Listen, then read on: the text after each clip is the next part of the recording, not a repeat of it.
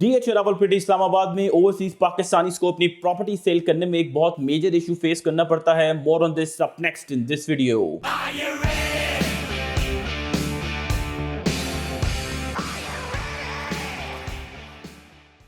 Welcome to production of property Gupshup. So आप पाकिस्तान से बाहर मुकीम है, डीएच रावलपिंडी इस्लामाबाद में किसी प्लॉट या घर को आपने रिसेंटली बेचा है, बयाना वगैरह आपने रिसीव कर लिया है, but for some reason the other आप उस प्रॉपर्टी की ट्रांजैक्शन को रिकॉर्ड करवाने पाकिस्तान में नहीं आ सकते। मे बी आपको जॉब से छुट्टियां नहीं मिल रही या आपके बच्चों की स्कूलिंग के कुछ स्केजुअल्स ऐसे हैं कि आप नहीं आ सकते। इसी तरह के ओवरसीज़ पाकिस्तानी से अक्सर इशूज़ होते हैं जिसकी वजह से वो नहीं आ सक रहे होते। तो आपके पास अब सिर्फ एक ही ऑप्शन बच जाता है, that is GPA, general power of attorney, जिसके थ्रू आप किसी भी इंडिविजुअल को ऑथराइज़ करते हैं अपने किसी रिलेटिव को, अपने किसी भाई को या अपने किसी फ्रेंड को। सम केसेस अगर आपको अपने रियल्टर पे बहुत ट्रस्ट है, ज़्यादातर अक्सर लोग जो हैं वो मेरे पे भी ट्रस्ट जो है वो शो करते हैं और मेरे नाम जीपीएस जो है वो भेज देते हैं। वो फिर आपको लीगली डीएच रावलपिंडी इस्लामाबाद में रिप्रेजेंट कर सकते हैं, ना सिर्फ सारे सिग्नेचर्स करने के लिए बल्कि पीओस रिसीव करने के लिए भी। ठीक है, sound smooth as silk, but the moment you decide to go that route, prepare yourself for absolute hell. एक ऐसा इंतज़ार है जिससे आपने भी गुजरना है बाहर बैठ के, आपके रियल्टर ने भी ज़ीरो ख्वार हो जाना है, और जिसको आपने ऑथराइज़ करने जा रहे हैं उस जीपीए के थ्रू, जो अटॉर्नी होल्डर हैं, वो तो बेचारा बिल्कुल ही हफ जाएगा, दफ्तरों के चक्कर ही लगाता रहेगा और फ़ोन ही घुमाता रहेगा, और जो बायर है वो भी बेचारा इंतज़ार में रहेगा। बाय द वे ये चौथा बंदा है इस पूरी स्टोरी में, कैरेक्टर है, उसकी भी पेशेंस है, वो भी इंतज़ार में बैठा रहेगा। मैंने तो अक्सर ये देखा है लोगों की डील्स जो हैं वो बैक हो जाती हैं। ठीक है, पहले दो स्टेप तो बहुत आसान है। आपने मिनिस्ट्री आपकी जो एम्बेसी है पाकिस्तानी, जो काउंसलेट है, वहाँ पे जाके आप जीपीए को अटेस्ट करवाते हैं। उसके बाद आप उसको डीएचएल या टीसीएस के थ्रू अटॉर्नी होल्डर को जो है वो भिजवाते हैं। दूसरा स्टेप में वो attestation block ministry of foreign affairs में जाके एक पूरा दिन लगता है, उसको टेस्ट करवाते हैं। कोई लंबा चौड़ा खर्चा जो है वो नहीं हो रहा होता वहाँ पे।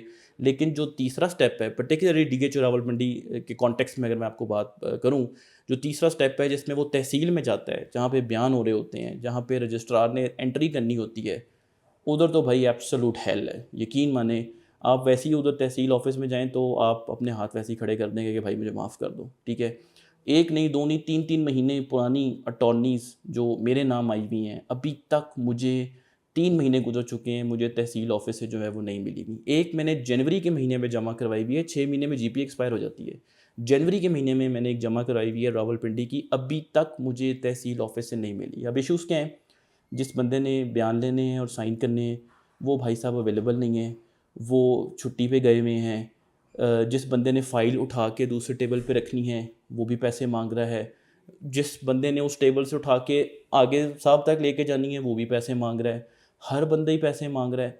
आप बिल्कुल थक जाते हैं और ढेर सारे पैसे आप लगा रहे होते हैं और इंतज़ार कर रहे होते हैं कि भाई मेरा नंबर कब आएगा। ठीक है, हज़ारों की तादाद में जीपीएस का पलंदा तहसील ऑफिस रावलपिंडी में जो है वो पड़ा हुआ है। आप देखें कि कितना ज़्यादा टाइम लोगों का वेस्ट होता है। ईज़ ऑफ डूइंग बिजनेस, जो हम वैसे इकोनॉमी की सेंस में भी बात करते हैं, एक छोटी सी एग्जांपल से आप देख लें कि ईज़ ही कोई नहीं है। एक बंदे ने प्रॉपर्टी बेच के गलती कर दी, और ये कि वो पाकिस्तान नहीं आ रहा, वो भी उसने जो है वो गलती कर दी। उसको हर बंदे की पाम्स को ग्रीस करना पड़ रहा है। ऑलरेडी वो स्टैम्प ड्यूटी इतनी ढेर सारी पे कर रहा है, फिर उसने डीएच रावलपिंडी इस्लामाबाद में भी जीपीए के थ्रू ट्रांसफ़र करा रहा है। 50-60 हज़ार उसने वहाँ पे भी देना है।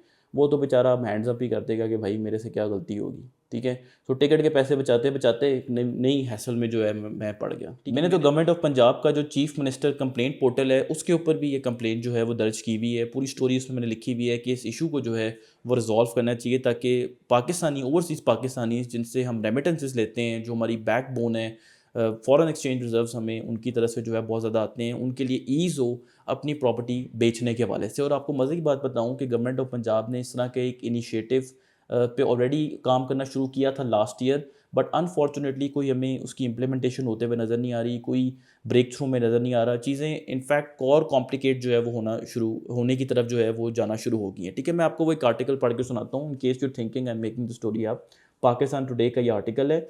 Due to this antiquated law, Pakistanis living abroad had to deal with several legal issues while purchasing and selling real estate, even occasionally even fraud। ये वो फ्रॉड है जिसका मैं जिक्र कर रहा हूँ आपके साथ, कि हर लेयर पे एक इंडिविजुअल है जिसकी पाम्स आप ग्रीस कर रहे हैं और आप उनको अबूर कर रहे हैं उन चैलेंजेस को, ताकि आप आखिरी जगह बैठ सकें कि आपकी तस्वीर हो। आपके रजिस्ट्री में एंट्री हो और आपके बयान हो और फिर आपको 2-3 बाद अटॉर्नी मिले और फिर आप उसको डीएचए में जो है प्रेजेंट करें, फिर आपने हफ्ता डेढ़ इंतज़ार करके अपनी ट्रांजैक्शन जो है वो क्लोज़ करनी है। अब बेसिकली वो अल्टरनेट इनिशिएटिव क्या है जो ये लेने जा रहे हैं, उस इनिशिएटिव के मुताबिक जो मिनिस्ट्री ऑफ फॉरेन अफेयर्स के ऑफिशियल्स हैं डिफरेंट एम्बेसीज़ में मौजूद होते हैं, उनको सब रजिस्ट्रार की पावर्स जो हैं वो दे दी जाएंगी उसी लेवल के ऊपर, उसी पॉइंट के ऊपर सारी वेरिफिकेशन, चूँकि आपने नादरा से वेरिफिकेशन करनी है, वेदर प्रॉपर्टी आपकी है या नहीं, आपने उसकी वेरिफिकेशन करनी है, ये सारी चीज़ें अब एम्बेसी लेवल पे जो है वो होना शुरू हो जाएंगी तब जब ये इनिशिएटिव लॉ बनेगा। तो मुझे नहीं पता कि इसमें क्या इतनी दुश्वारी है, इसको फास्ट ट्रैक करना चाहिए ताकि टाइमली बेसिस पे इस चीज़ का रिड्रेसल हो और ओवरसीज़ पाकिस्तानीज़ को इंकरेजमेंट मिले कि हमारे लिए ख़रीदना और बेचना जो है वो अब बहुत आसान है। ठीक है, सो आई होप कि इस हम्बल एफर्ट से अगर कोई कंसर्न्ड इंडिविजुअल सुन रहा है जो हु हैज़ द क्लाउड, वो इसका जो है वो टाइमली रिड्रेसल कर सके। So on that note do consider subscribing our channel property Gapshap, will keep doing such videos for you. Thank you very much.